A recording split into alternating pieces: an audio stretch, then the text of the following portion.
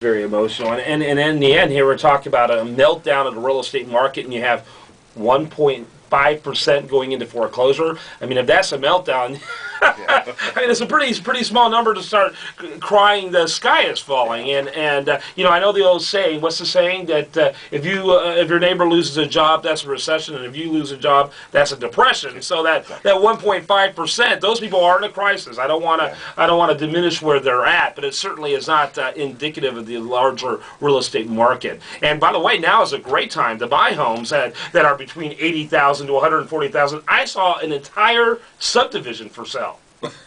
I saw an entire subdivision on the south side, and you look at them, you can tell if any of them cost more than $90,000, they were charging too much. They were new, relatively new, not in a particularly good location. The whole subdivision.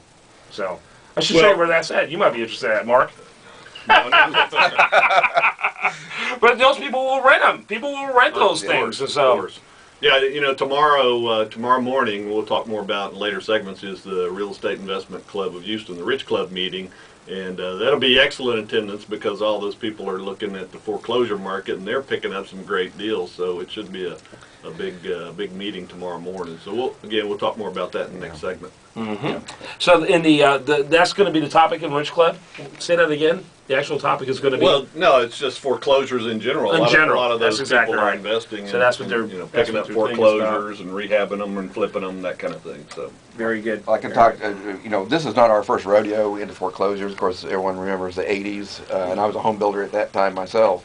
And you know, when subdivisions go down and end up being primarily rentals, they don't seem to recover from that. And we've got areas that are out in the south of Westheimer, who are just now getting back to pre-1985 levels because the investors came in and bought a large portion of it. If a subdivision like that goes to investors, you know, likely individual homeowners aren't going to want to go in there and buy. And so if you were investing, I'd probably pick the foreclosure that was in the neighborhood that was still doing well, and that'd be that one isolated incident. Great point. You know, looking for that, not for, you know, don't want to be chasing the market downwards.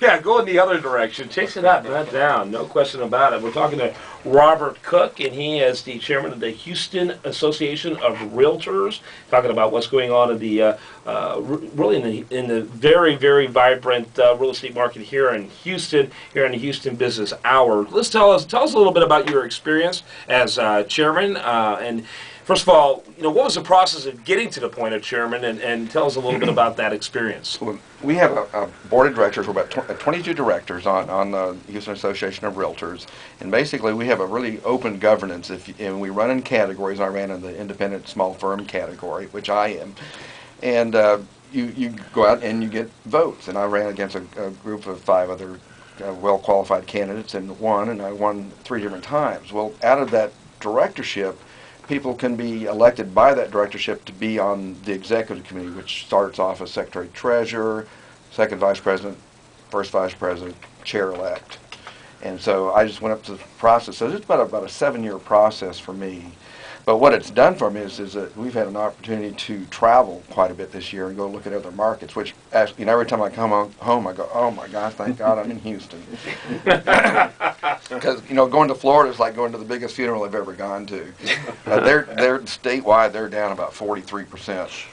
And California's down about 33%. But interesting about Florida, though, their prices have only gone down about 8%.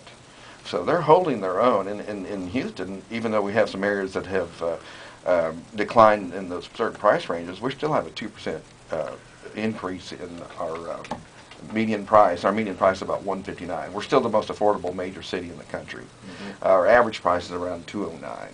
So you know, it makes by anyway. Back to the chairmanship. It's afforded me the opportunity to go look at other parts of the country and learn from the top leaders. You know, I've met the owner of Zillow, Google, these major high